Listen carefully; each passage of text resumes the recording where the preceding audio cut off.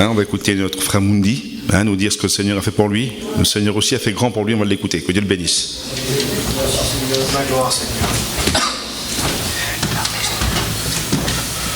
Moi je dis bonsoir à tous.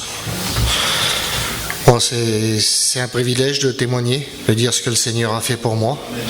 Mais avant tout ça, je voudrais demander pardon aux vieilles personnes qui sont là, parce que moi, dans mon témoignage, je dis des choses qui sont pas belles. Mais je le dis pour vous faire comprendre ce que le Seigneur a fait dans ma vie.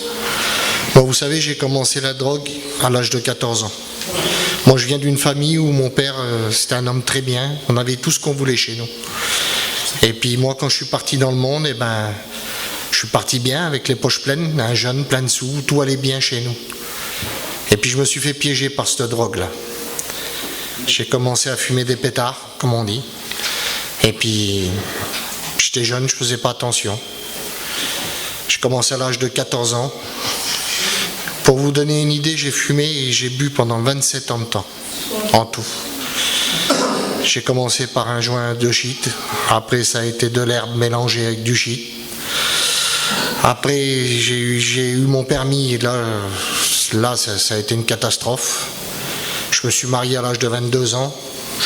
Quand je me suis marié, dans moi, je suis pas un gajo, on va arrêter ça. Et quand on est drogué, c'est fini. On n'arrête plus.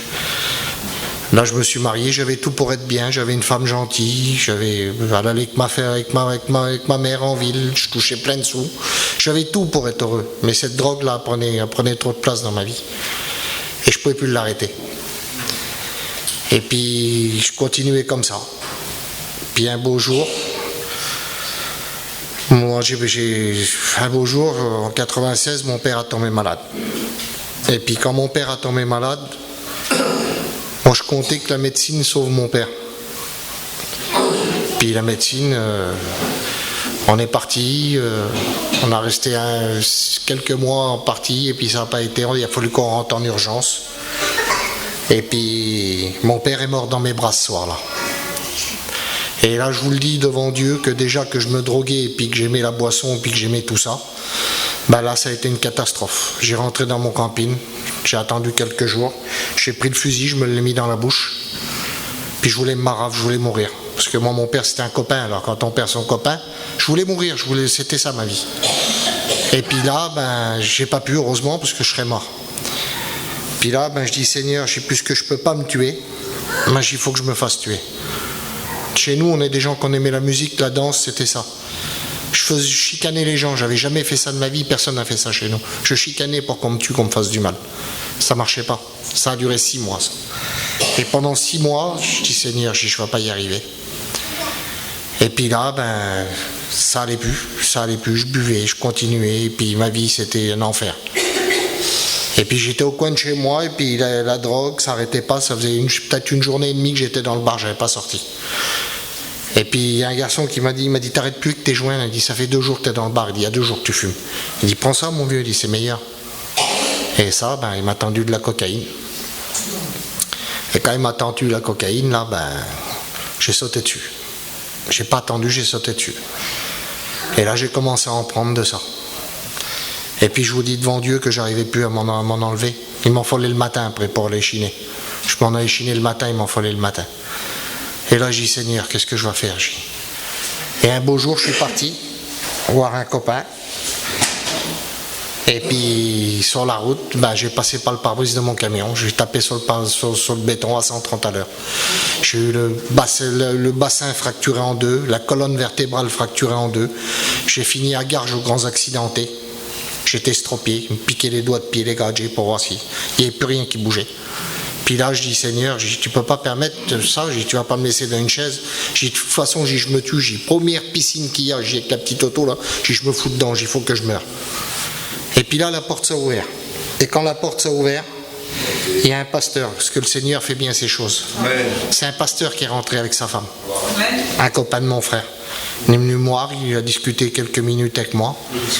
Puis avant de partir, il m'a posé une question. Il dit, mon garçon, je peux prier pour toi? On peut te droguer qu'on veut, on peut être ce qu'on veut, on est des mornouches, on croit en Dieu. Je dis, oui, bien sûr, tu peux prier pour moi. Et cet homme-là, il est venu. Et il a posé ses 2 mains sur ma tête. Mais quand il a mis ses 2 mains sur ma tête, là, il y avait du feu qui sortait de ses mains. Et moi, j'étais un drogué, j'étais un alcoolique, j'avais tous les défauts possibles. Je les avais. Je dis, Seigneur, je dis, mais c'est quoi ça? Je dis, c'est quoi de ce chaleur-là? Mais j'ai compris tout de suite ce que c'était. J'avais eu la guérison et je le savais que c'était ça. Dans mon cœur, c'était fort. Ah, je dis, puisque c'est comme ça, je dis, ben maintenant, je vais appeler le médecin. J'ai appuyé sur la petite sonnette là. Je dis, monsieur, au départ, c'est l'infirmière qui est venue. Elle dit, vous voulez quoi? Je dis, monsieur, je veux le médecin tout de suite. Il a fallu qu'il fasse venir le médecin est venu. Il dit, vous voulez quoi, monsieur? Je dis, monsieur, je veux me lever. Il dit, monsieur, ça fait plus de 25 jours que vous êtes couché, il dit, ça va pas, il dit, pour vous. Il dit, on peut pas vous lever, on peut pas prendre le risque. Ben, je dis, donnez-moi un papier. Il dit, attendez. Alors, ils ont signé un papier, comme quoi qui se dégage de tout. Et puis là, le gars Joe, il a dit, ben, levez-le. Ils m'ont pris, ils m'ont mis debout. Et quand ils m'ont mis debout, j'ai tenu pas loin de 30 secondes debout. C'est rien pour vous. Pour quelqu'un qui n'a pas marché, c'est énorme. Il s'attendait, le gars Joe, que je retombe directement. J'ai tenu debout. Quand il a vu ça, le gars Joe, il n'en croyait pas ses yeux.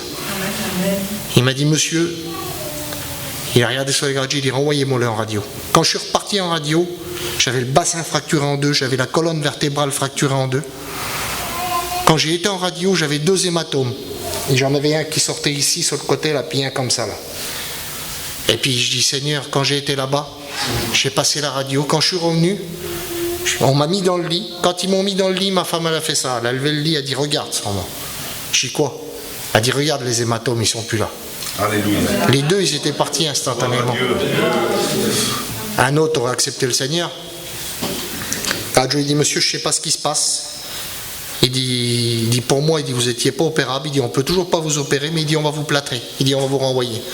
On m'a plâtré d'ici, là, du bassin, là, pour arriver jusque-là. Là. J'ai passé 5 mois dans un corset, en plein mois d'août. C'était la fin de mai. Alors là, je voulais mourir 2 fois plus. Je ne pouvais plus. Et puis, j'attendais qu'une chose. C'est qu'on m'enlève ce machin-là pour repartir, pour recommencer. Parce que dès qu'on m'a envoyé chez moi, ma mère l'avait fait mettre un lit dedans. Pendant qu'ils faisaient les réunions chez moi, parce qu'ils faisaient des réunions, moi j'avais téléphoné à mes copains, je m'avais fait livrer de la cocaïne, le shit, l'herbe. Pour vous donner une idée, je faisais des gâteaux de shit, des confitures de shit j'ai fait. Vous voyez, la drogue, je la mangeais par un moment. Alors, vous voyez comment j'aimais la drogue, hein. Et puis ça, c'était ma vie. Et dès que j'ai eu ça d'enlever là, je suis reparti dans le monde, j'ai été vers un copain vers moi dans le 93, là. C'est un grossiste de shit. Ah, il dit, Mundi, t'es là, il dit, je suis content pour toi, il dit, viens voir. J'ai dit, t'as ce qu'il faut? Il me dit, attends. Il m'a mis du shit, il m'a mis de l'herbe, il m'a donné de la cocaïne. Il dit, tu veux du whisky? Il dit, j'ai du bon whisky. Je dis, vas-y. Je me suis drogué toute la nuit, j'ai bu toute la nuit, je ne voulais pas ce que j'ai pu faire. Hein. Et quand je suis revenu chez moi, j'ai grillé le feu rouge. Un bus m'a pris sur le côté. Je venais juste d'enlever le... Il m'a envoyé dans des bas du strade là-bas. J'ai arrivé à me sauver. J'ai rentré chez moi. Ma femme a dit, t'as le diable. Elle a dit, c'était pas normal. Elle a dit, t'as quelque chose sur toi. Elle a dit, c'est pas possible. Elle a dit. Et moi, je vous le dis, ma femme ne fallait pas qu'elle parle. Elle n'avait pas le droit de parler. Je dis, Seigneur, comment que je suis dans moi? Je dis, c'est pas possible que je suis comme ça. Et puis, je voulais toujours pas accepter le Seigneur. Alors, ce que j'ai fait, j'ai attendu, j'ai toujours en réunion, je me droguais toujours. Et puis, un beau jour, il est venu mon cousin. Il travaille à Nancy, il est venu faire une réunion à Livry-Gargan, il a fait 2 jours. Et le dimanche, c'était la réunion chez moi. Il a fait la réunion chez moi le dimanche et il devait repartir. Et mon frère avait une petite salle à l'Empérier, moi. Alors, il a dit sur lui, il dit, voilà, il dit, ce serait bien que tu viennes faire le mardi. Bon, ben, il dit, je reste une journée de plus et je fais mardi chez toi. Et là, quand il est venu le mardi, il allait à la réunion. Avant de partir, il m'a regardé, il dit, mon cousin, il dit, tu viens avec moi? Je dis, j'en ai marre, il y a des réunions tous les dimanches. Je dis, je reste pour les pasteurs, je dis, j'en ai marre de ça. Je dis, c'est bon, laisse-moi tranquille. Il dit, fais-moi plaisir, viens. Et là, j'ai été. Quand j'ai rentré dans cette petite salle, là, c'est pas ça, je vous le dis tout de suite, la salle, là. Elle est toute petite. J'ai rentré, je me suis mis dans un petit coin derrière, j'ai dit, là, je suis tranquille, hein. Je dis, dès que c'est fini, je m'en vais. Hein. Par contre, quand je me suis mis derrière, là, il a commencé à parler, il dit, d'un garçon, au polygone. Il leur avait tiré dessus, le garçon, c'était un drogué. Il voulait pas de chrétien. Et il m'a expliqué ce que mon cousin, en témoignage, comme ça, il dit tellement qu'on a été chez lui, tellement qu'on en a fait. Il dit, on l'a délivré de la cocaïne, on l'a délivré de tout à ce garçon-là. Et il dit, aujourd'hui, c'est un diacre. Et quand il a dit ça, j'ai dit, Seigneur, c'est pas possible qu'un drogué comme ça peut être délivré. Ça m'a fait un tilt dans le cœur. J'ai dit, alors, puisqu'il l'a fait pour lui, mais je me l'ai dit à moi ça, hein, dans mon cœur. Hein. J'ai dit, Seigneur, j'ai dit, puisque tu l'as fait pour lui, et j'ai dit, si c'est vrai que tu es vivant comme ça, comme ils disent les chrétiens, j'ai dit, bah, tu vas le faire pour moi aussi. J'ai dit, je vais tout mettre à tes pieds.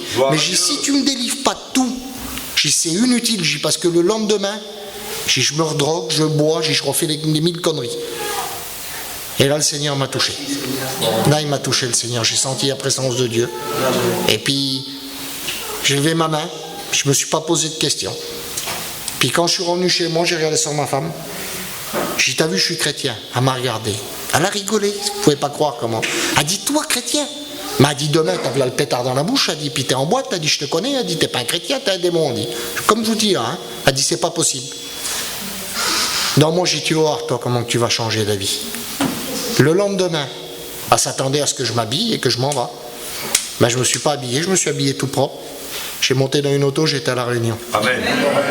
Le surlendemain, la Réunion. Et comme ça, pendant un mois de temps, mais à me regarder du pied à la tête. Ils vont dire, mais qu'est-ce qu'il a qui sort plus? Elle ne comprenait plus rien. Et j'ai dit, maintenant, j'ai dit, Seigneur, j'ai dit, toi, tu as fait quelque chose pour moi. Hein. J'ai dit, mais maintenant, il faut que tu m'enlèves autre chose. J'ai dit, tu m'as tout enlevé. J'ai mis la cigarette, je fumais. Je sortais de la Réunion, je fumais. Et il y a une femme qui est venue vers moi, un dimanche chez moi. La femme à Jeannot Lamberti. Cette femme-là m'a regardé, elle m'a dit, mon fils, elle dit, ça te fait rien de fumer comme ça? Je dis, mais attends, j'ai une honte, tu peux pas croire. Je dis, mais je peux pas. Je peux pas m'en arrêter. Je dis, il m'a tout enlevé, mais pas ça. Elle dit, t'étais un homme dans le monde? Je dis, oui, j'étais un homme dans le monde. Elle dit, t'es un homme aujourd'hui? Je dis, oui. Elle dit, prends ton paquet de cigarettes là. Elle dit, jette-le dans la poubelle là. Elle dit, tu vois que le Seigneur, il le fait. J'ai pris mon paquet de cigarettes et je l'ai jeté. Amen. J'ai plus jamais fumé de ma vie. Voilà. Vous savez, je suis pas de lumière. Hein. J'ai pas d'aile dans le dos, moi, je vous le garantis. Hein. J'ai encore des choses qui vont pas. J'ai un sale caractère. On est des hommes. Hein. Des fois, on veut pas accepter. Des fois, la femme a crié, on veut pas. On veut toujours essayer de faire le beau, de faire le. Mais vous savez, aujourd'hui, il n'y a rien de meilleur que les choses de Dieu. Et puis, croyez-moi que je ne suis pas une lumière. Je suis loin d'être une lumière ni un saint. Mais aujourd'hui, moi, j'ai qu'une seule espérance. Vous savez, quand mon père est mort, quand on l'a transféré de l'ambulance, là, quand on l'a mis dans l'ambulance, il m'a regardé, il dit, mon fils, il dit, il faut que tu fasses quelque chose pour moi. Il dit, il faut que tu arrêtes de te droguer.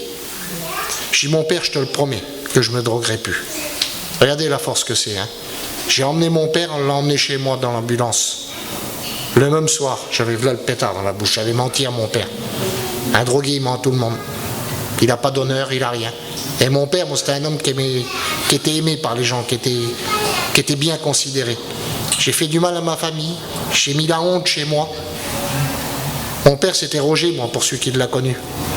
Donc, vous savez, c'était un homme très bien.